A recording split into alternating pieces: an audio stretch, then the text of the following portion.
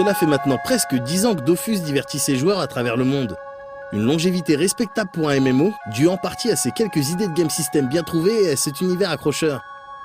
Et c'est à l'occasion de ce prochain anniversaire que nous avons rencontré Mathieu Bourguin, alias Liken, lead game designer chez Ankama, qui nous parle entre autres des étapes clés du développement de Dofus. Quand le jeu est sorti, le modèle économique était un peu différent. Il n'y avait pas, comme maintenant, une période d'essai illimitée. En gros, on avait juste 15 jours d'accès illimité dans lequel on pouvait visiter l'ensemble du jeu. Donc on a modifié ça, je crois environ 1 an après la sortie du jeu. On est passé sur un système dans lequel les joueurs peuvent tester le jeu de façon illimitée, mais avec quelques bridages sur les zones auxquelles ils ont accès, les niveaux que les joueurs peuvent atteindre, etc. Et c'est là que le jeu a vraiment commencé à décoller, lors de ce changement de modèle économique. On s'est aperçu que les joueurs avaient besoin de beaucoup plus qu'une phase classique de 15 jours pour découvrir un peu la richesse du jeu, apprivoiser le jeu et devenir vraiment fan. Et donc c'est là que ça a commencé à vraiment exploser. Après, on a eu comme gros moment très fort quelques années après le passage de la 1.29 à la 2.0, donc qui correspond à une refonte graphique complète du jeu, des décors, des personnages, des monstres, des animations, mais même des sons. Donc là, ça nous a demandé quand même 2 ans de travail. C'était un chantier beaucoup plus long que prévu. Le premier délai au début, le premier objectif, c'est de réussir à faire ça en 6 mois. Je crois que déjà au bout d'1 mois, on s'est rendu compte qu'on n'y arriverait jamais. Donc c'était assez laborieux, ça a été très long de faire accepter un peu ces changements aussi à la communauté qui était vraiment accrochée à l'ancienne version. Il y avait une nostalgie quand même très très forte. Parce qu'on ne s'est pas contenté de juste mettre plus de détails, on a aussi revu certains points de la direction artistique un peu du projet. On est resté tout à fait fidèle au projet, mais c'est vrai qu'on a essayé de le faire un peu évoluer, le rendre un peu plus moderne.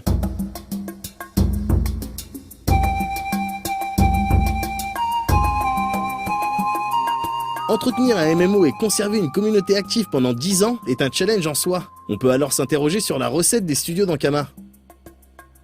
Pour faire durer un MMO sur longueur, il n'y a pas forcément de recette miracle.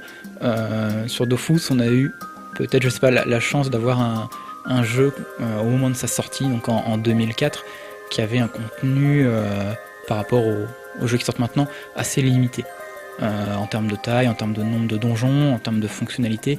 Il y a plein de fonctionnalités que le jeu ne possédait pas à la sortie, qui aujourd'hui sont considérées comme indispensables. C'est à remettre dans son contexte, en 2004. Et donc, il y avait énormément de choses à faire encore, à apporter sur ce jeu, justement. À la sortie, il n'y avait pas de système de PVP réellement évolué. Les achievements, c'est par exemple un système qu'on a sorti il y a un an et demi environ. Il n'y avait pas de système de guild à la sortie. On a ajouté, pareil, quelques années après, un système d'élevage. Donc voilà, le jeu s'est vraiment construit bloc par bloc. À chaque fois qu'on rajoutait un bloc, une fonctionnalité, on gagnait des joueurs. Ça fonctionne un peu toujours comme ça, forcément. On a continué aussi d'ajouter forcément du contenu traditionnel. On ne s'est pas contenté d'ajouter de la nouvelle fonctionnalité. Le cœur de Dofus, c'est quand même ses combats, ses quêtes, son histoire, faire ses donjons, participer à l'économie du jeu. Dès le début, on avait quand même une dimension économique très forte. On avait vraiment une direction assumée qui était de dire les joueurs vont contrôler l'économie. C'est-à-dire qu'on n'a pas de prix fixé par le jeu, tout s'échange dans le jeu, tout se revend, tout se construit, tout se fabrique. Donc ça, c'était un peu un des piliers sur lequel après on a greffé le reste des fonctionnalités en s'arrangeant pour que chaque nouvelle fonctionnalité tire parti de ce point fort. Pour continuer à stimuler ses joueurs, Ankama propose, comme tous les autres concepteurs de MMO, des mises à jour régulières plus ou moins massives. La dernière en date, la 2.19, met en avant la dimension exploration, comme nous l'explique Liken. Dans la fonctionnalité des chasses au trésor, on va permettre aux joueurs de récupérer des indices sur l'emplacement d'un trésor qui va être positionné aléatoirement dans le monde, dans une des zones du jeu. Et ces indices, en fait, sont des indices visuels. On va lui donner un point de départ. On va lui demander, par exemple, d'avancer vers le nord et de s'arrêter quand le joueur va rencontrer un puits. Ensuite, on va lui demander, par exemple, d'aller à l'est et de s'arrêter quand il va trouver une mouette perchée sur un arbre. Voilà, on a une succession d'indices comme ça, visuels, que le joueur doit rechercher. Parfois c'est très bien caché dans le décor, faut vraiment s'arrêter sur la carte, faut regarder, faut scruter, faut zoomer. Et une fois que le joueur arrive à la carte de destination, en gros il va pouvoir faire un combat contre un monstre coffre qui va protéger justement la récompense un coffre. Donc c'est vraiment une fonctionnalité différente de ce qu'on a fait précédemment dans le jeu. C'est une fonctionnalité qui repose pas vraiment sur les combats, mais beaucoup plus sur l'exploration, traverser un peu toutes les zones du jeu, et vraiment sur le côté trouver des éléments cachés dans le décor. La deuxième fonctionnalité majeure de cette extension, ce sont les dimensions divines. Donc là, dans la version 2.19, c'est la dimension Enutroph, l'Enutrosaure, que les joueurs vont pouvoir découvrir. Donc en fait, le concept des dimensions divines, ce sont des zones qui ne sont pas accessibles comme les autres zones où il suffit de se rendre à la bordure de la zone ou de prendre un bateau, par exemple. Il faut commencer par trouver l'entrée de la zone. Pour entrer dans une dimension divine, il faut trouver son portail dimensionnel.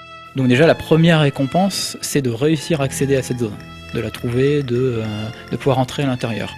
Ensuite, on a voulu en profiter pour mettre des mécaniques de jeu un peu différentes, un peu plus exigeantes dans ces dimensions.